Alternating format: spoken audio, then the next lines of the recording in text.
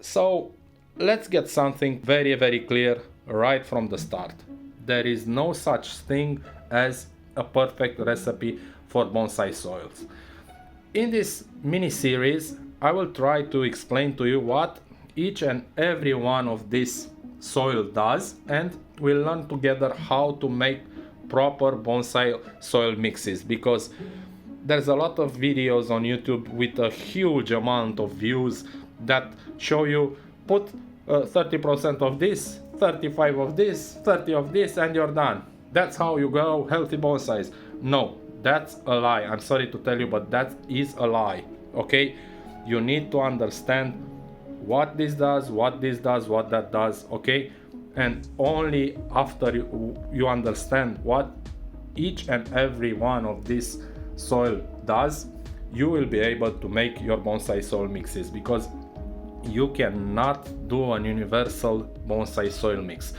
This is what I want to show you in this mini series about bonsai soil.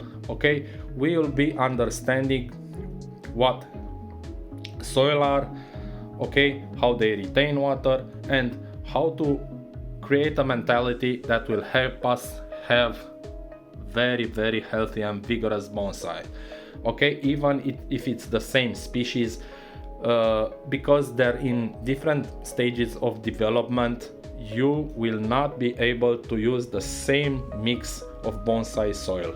So I'm gonna make a mini series very, very soon, starting tomorrow with the first episode, in which I will tell you all about bonsai soils, in hope that you will understand and you will discard this nonsense with the perfect bonsai soil mix. There's no such thing, because there's so many things that go into the problem.